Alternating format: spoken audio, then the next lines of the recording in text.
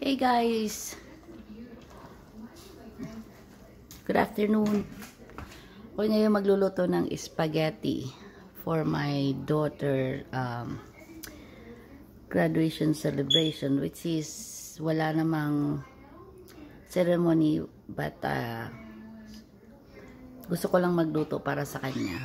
So anyway, ito na yung ating noodles na pinapakuluan ko. Ito malambot na siya.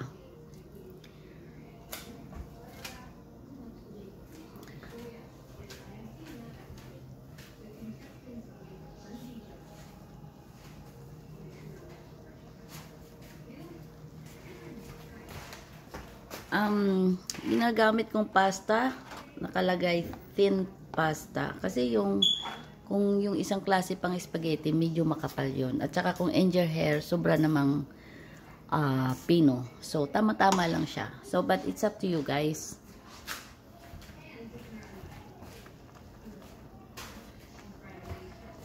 na anong klaseng gagamitin nyo sa pasta nyo. So anyway, ito ngayon magagawa ako ng sauce,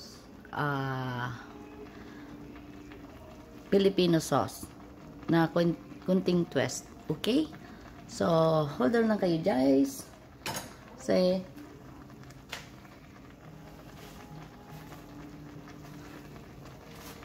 tsaka ito, yung beef. Depende kung anong karami ang gagamitin nyo, kasi kung depende anong karami. Ito, 16 ounce, which is 1 pound. 1 pound na daw to. But anyway, yes. Inuuna ko ng ganyan. Kasi iyon nyo na yung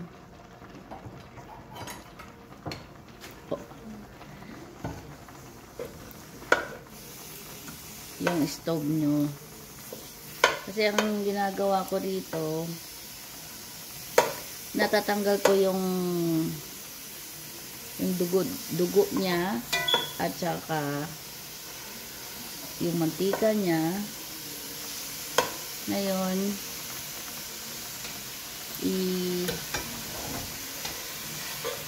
tap. Ayan.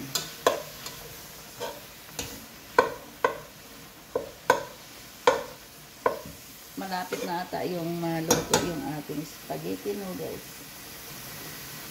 Spaghetti noodles daw, no? Pasta noodles. Kailangan nating tikman kung malambot na. Tigas pa. Okay na siya. Luto na siya, pero medyo matigas ba? Maganda yung mas malambot pa, kasi mas sasarap. So, habang natin hinihintay yung maluto din yung ating noodles, ito ipa-brown natin to hanggang matanggal yung pula.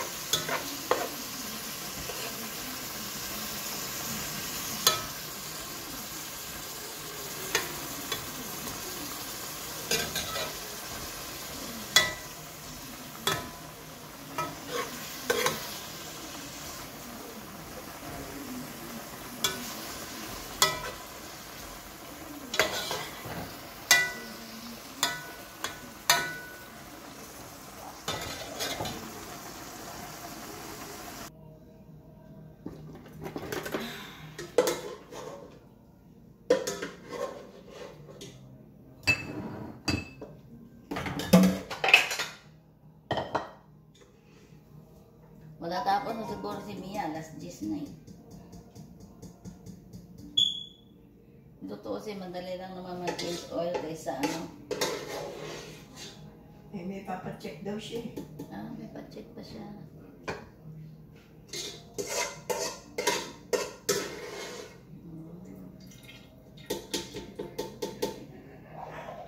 Ay, mabuti kasi kung siya lang mag-isa pa. Ha? Kung siya lang mag-isa doon. Oo nga. Oo nga.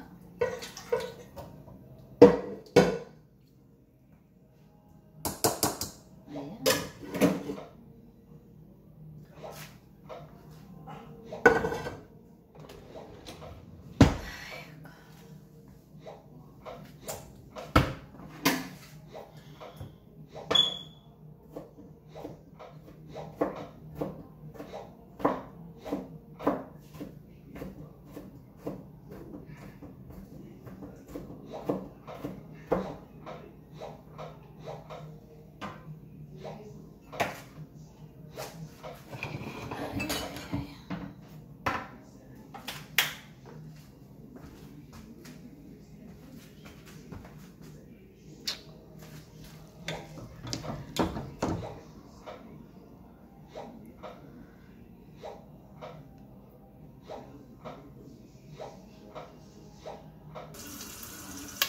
So, i-start na natin yung ating sauce.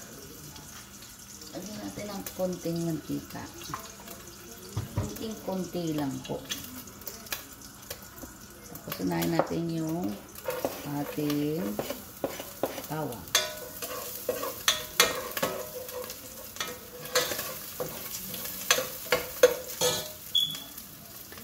Bawang. Hanggang mag-brown.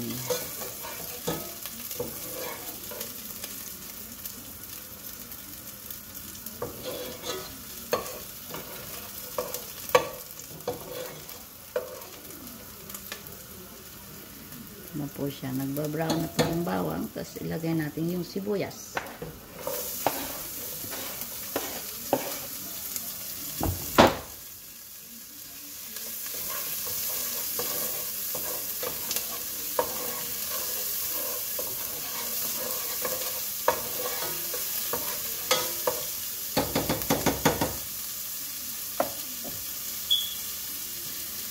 Tapos, pagkasote ng konti yung sibuyas, ibalik natin sa kuwali yung tanggal natin ng taba at saka pula-pula. Balik natin yung meat.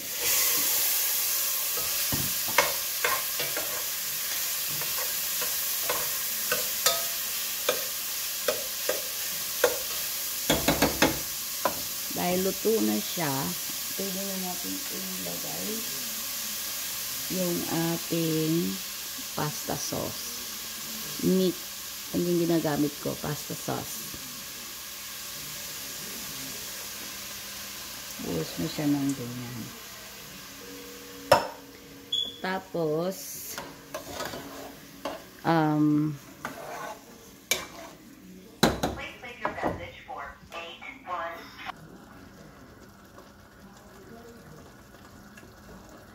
ayan po, nakita natin kumukulo siya. Tapos, ito ang ginagamit ko ng pangdagdag na sauce.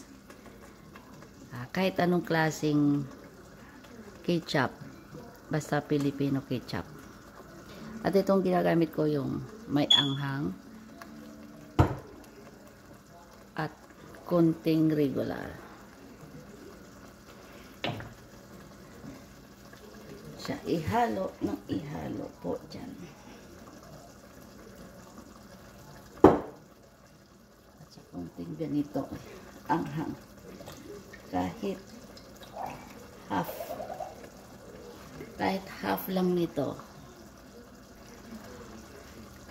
Kasi ayaw rin mo. Ganun po, ganun.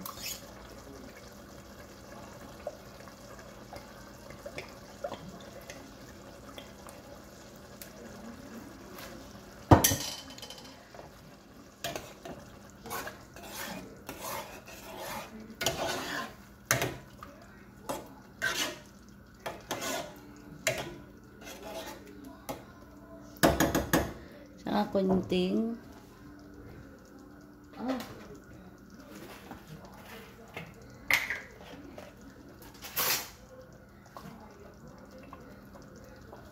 ano ba to? Ano ba yun? Ay! 2 tablespoon ng tuyo.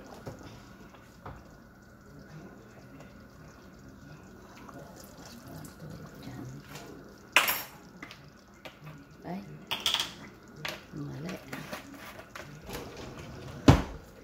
Ay. Mali yung takip.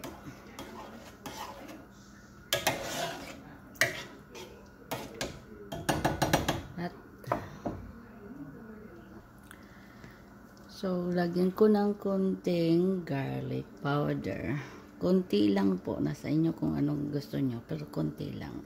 At least half a teaspoon. At saka yung ating pepper. Konti lang din po.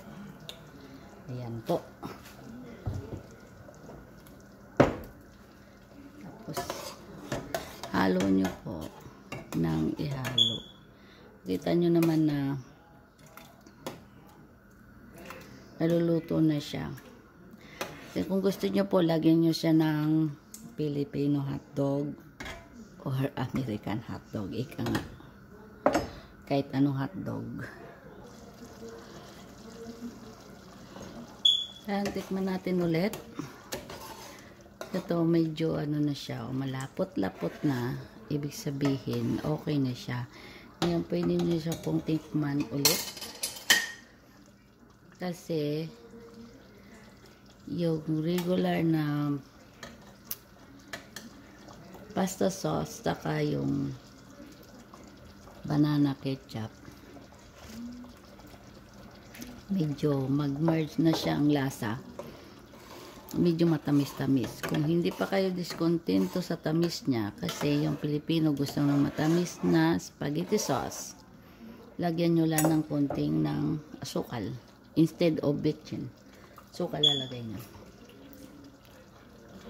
Yan. Yung 1 teaspoon.